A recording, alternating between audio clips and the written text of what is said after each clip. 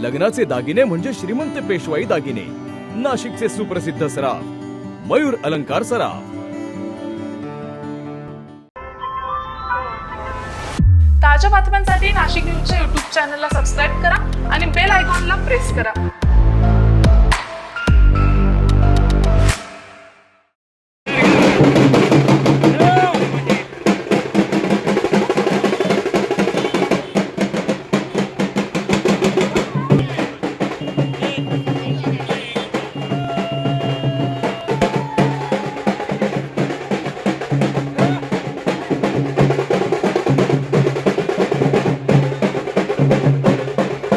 संपूर्ण महाराष्ट्राचे लक्ष लागलेला शिवसेना उद्धव बाळासाहेब ठाकरे पक्ष आणि महाराष्ट्र नवनिर्माण सेनेची युतीची घोषणा मुंबईत राज ठाकरे व उद्धव ठाकरे यांनी संयुक्त पत्रकार परिषदेत केल्यानंतर नाशिकमध्ये मनसेच्या राजगड कार्यालयाबाहेर मनसेच्या नेत्यांनी व कार्यकर्त्यांकडून फटाके फोडून मोठा जल्लोष करण्यात आला। गेल्या अनेक दिवसांपासून चर्चेच्या केंद्रस्थानी असलेली शिवसेना ठाकरे गट आणि महाराष्ट्र नवनिर्माण सेनेच्या युतीची अखेर आज घोषणा झाली। राज ठाकरे आणि उद्धव ठाकरे यांनी वरळी येथील ब्लू सी हॉलमध्ये पत्रकार परिषद घेतली। या पत्रकार परिषदेत राज ठाकरे आणि उद्धव ठाकरे यांनी मनसे ठाकरे गटाच्या युतीची घोषणा केली।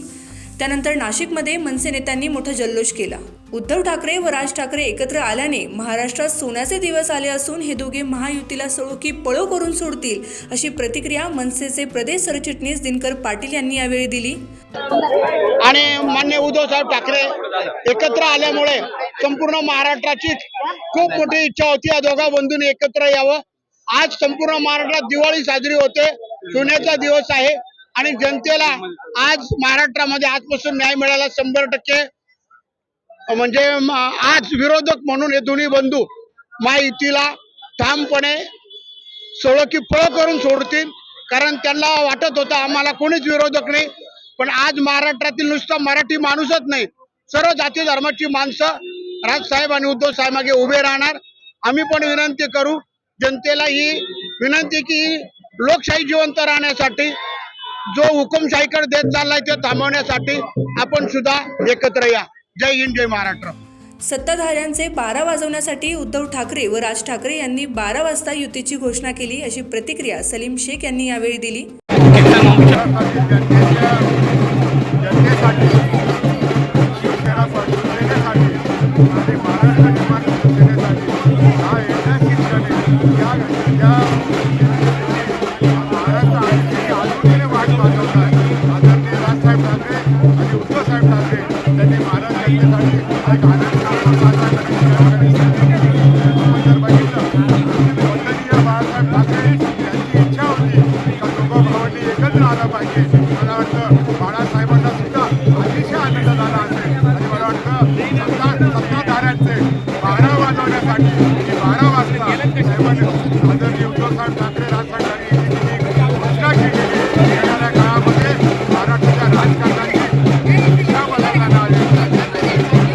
यावेळी नाशिक महाराष्ट्र नवनिर्माण सेनेच्या कार्यकर्त्यांनी फटाके फोडून ढोलताशांच्या गजरात आनंदोत्सव साजरा केला।